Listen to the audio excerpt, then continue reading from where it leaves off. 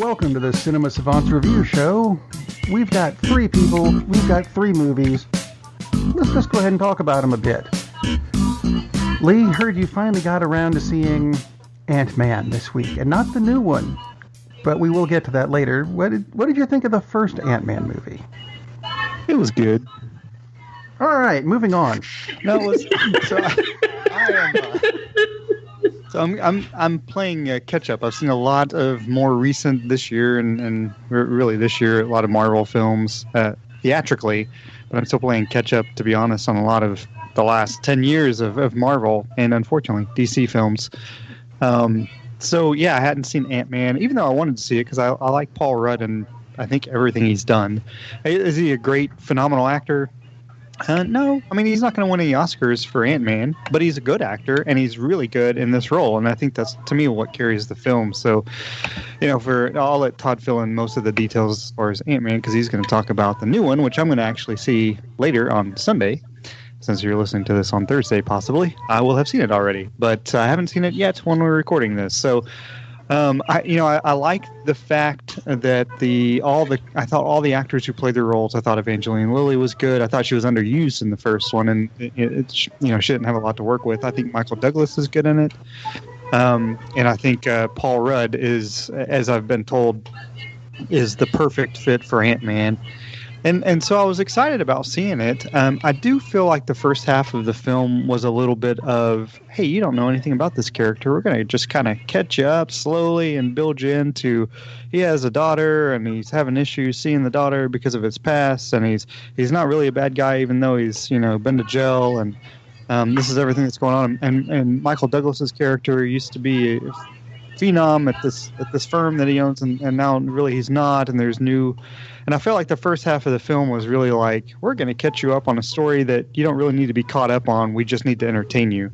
But I do feel like the second half of the film of Ant-Man got more into, this is an action hero film. And I thought from that point on, it did really, really well. I especially like the scene where Paul Rudd's going in and he's, Michael Douglas has him set up because he really wants him to wear the suit of the Ant-Man. But he has him set up to break into his house and break into the safe. And he ends up doing... pretty cool things I thought they did with the movie, pretty creative things with breaking into the safe.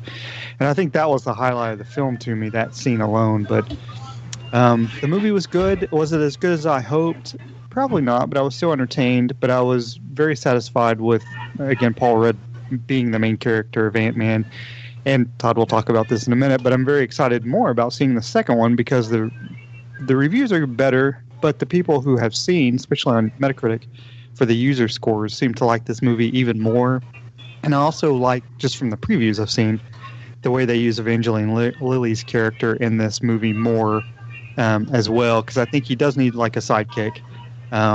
And even though I like Michael Pena and a lot of stuff he does, I don't think he really is a sidekick for Ant-Man in the first one. I don't think he's good enough. I don't think his character is big enough to be the sidekick in the second one.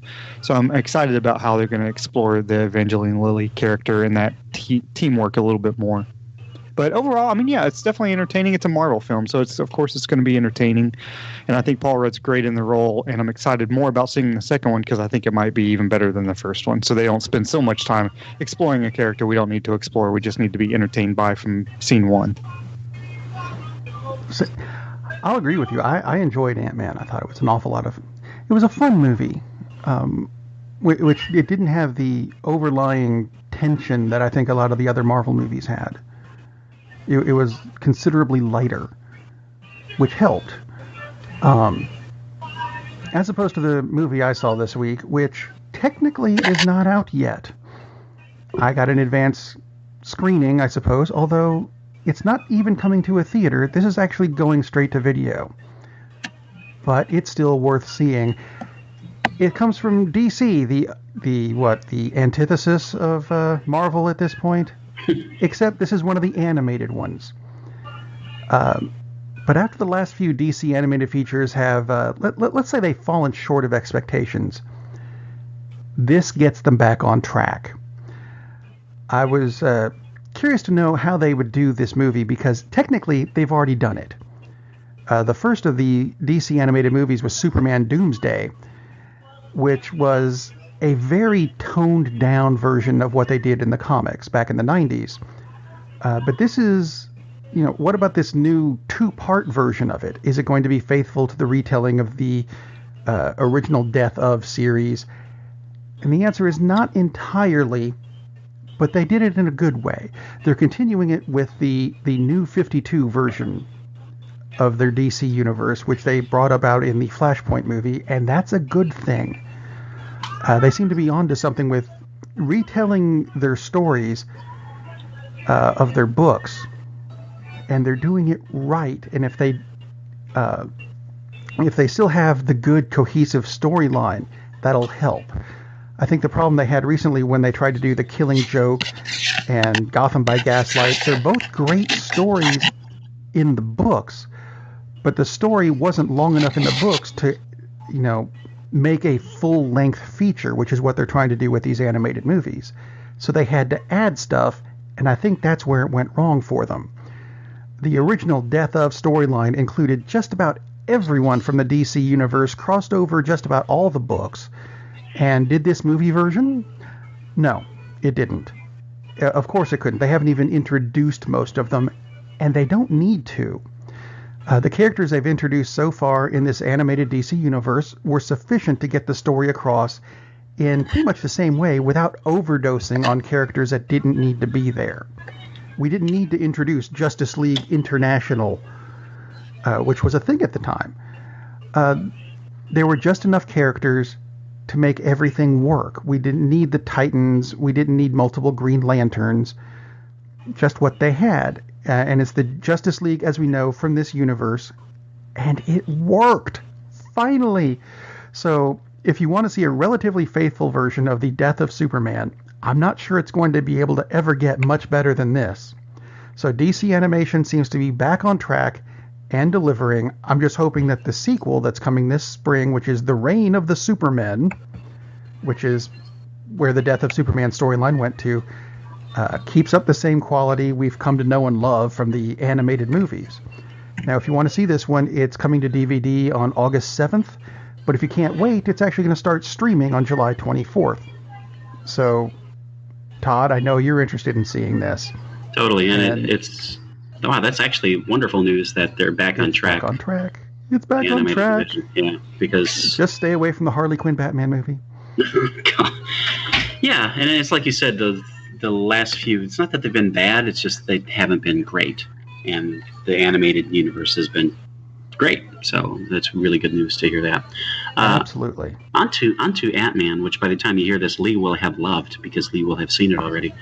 And I misspoke when I said the Ant-Man movie. This is the Wasp movie, and Ant-Man's almost the sidekick in it, which is wonderful. It's perfect. Because I agree, they didn't really do much, or they didn't do enough with Hope Van Dyne in the Wasp, in the woman who becomes the Wasp, I should say, in the first Ant-Man movie.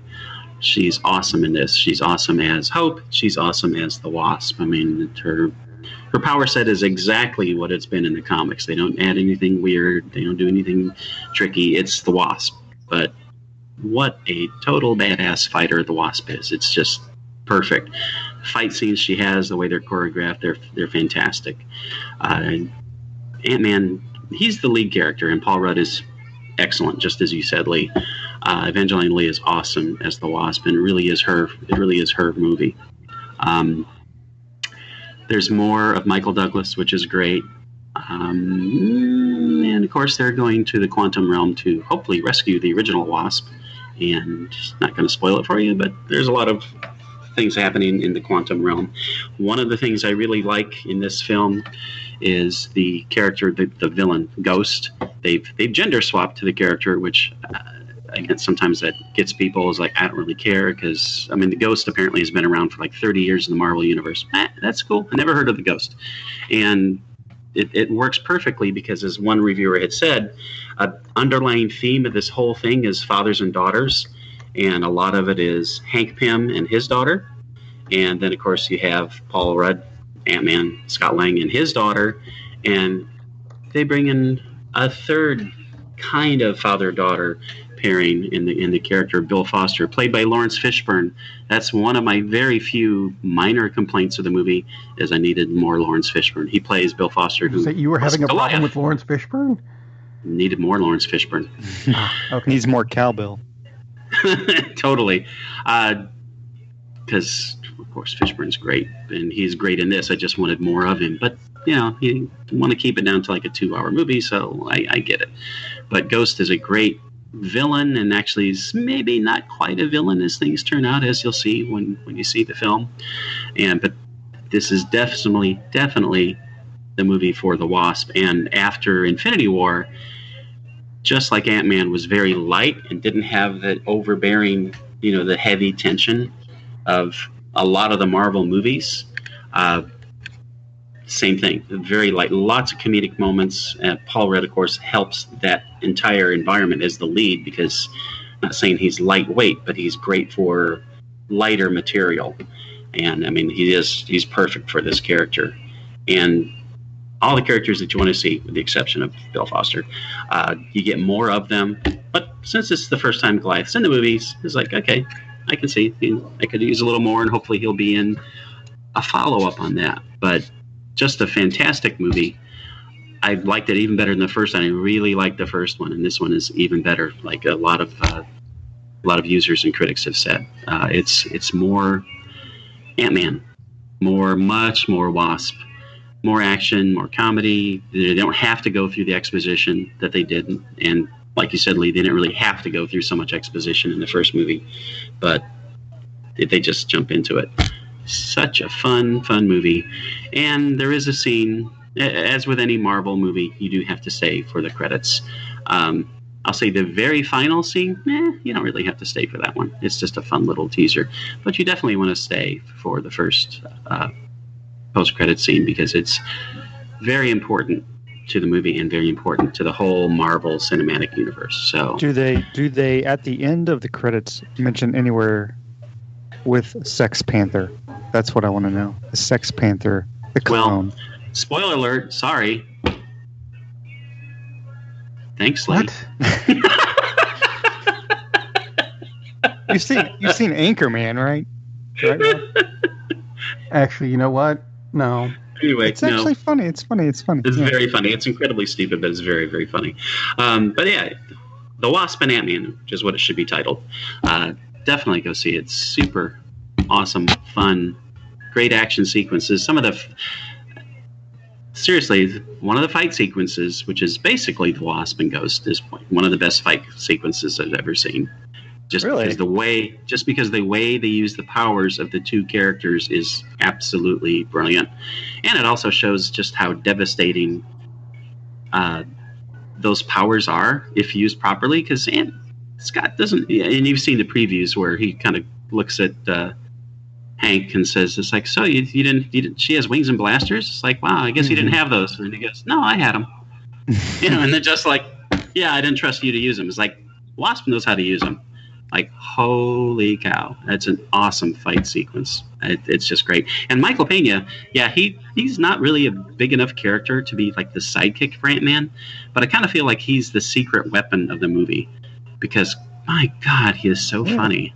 Well, he is hilarious. And honestly, people who don't know Michael Pena should. But when's the last time you saw him be anything but really good in a film? Never. You've seen the Ant-Man movie when he has the sequence where he's narrating a story, but everyone is lip syncing for Michael Pena. They do use that device again, and it's even better this time. Awesome. Oh my God, it's hilarious. I mean, so all props to Peyton Reed, the director, because man, what a great movie. This is what movies are supposed to be. Entertaining, and it's absolutely lights out entertaining. Which is what we need. We need more entertainment, which is why we're doing this show on a Thursday. Okay, let me rephrase that. Which is why we're airing the show on a Thursday, because the weekend is coming. You need something to do. Now you've got movies to see. See? Makes sense, right? Totally. And we'll be back next week with 3 more movies. Or maybe even more. Who knows? We'll see you next week. Or Sunday. Or something. I don't know.